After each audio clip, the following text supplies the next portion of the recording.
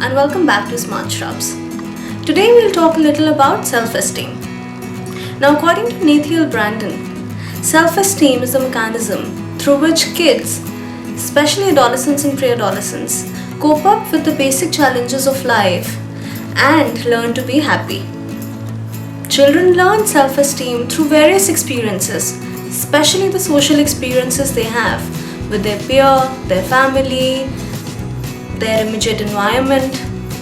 Small things like achievements in school subjects tend to boost their self-esteem. But at the same time, when it comes to losing it, it's a very easy path. So as parents, how can you help your child develop a positive self-esteem? The mantra is to be caring but not overindulging. Let children experience experiences.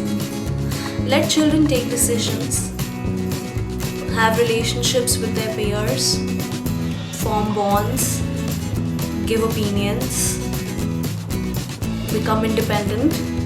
But at the same time, while they're doing all of these things, as parents, make sure that your child knows that you're there to hold hands in case of failures. Esteem forms a strong positive sense of identity. It helps form one's own efficacy, a self which is ready to compete with the failures.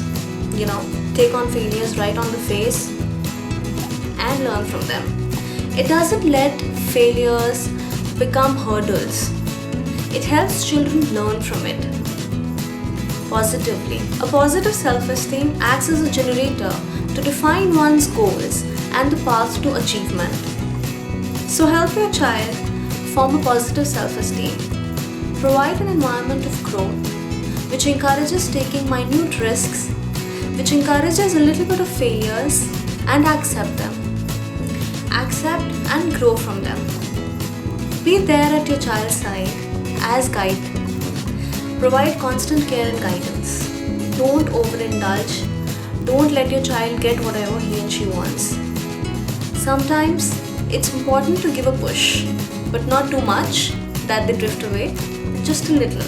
Keep watching Smart Shrubs to know more about parenting and how to develop your child's mind in a much positive and better manner. Thanks. See you later.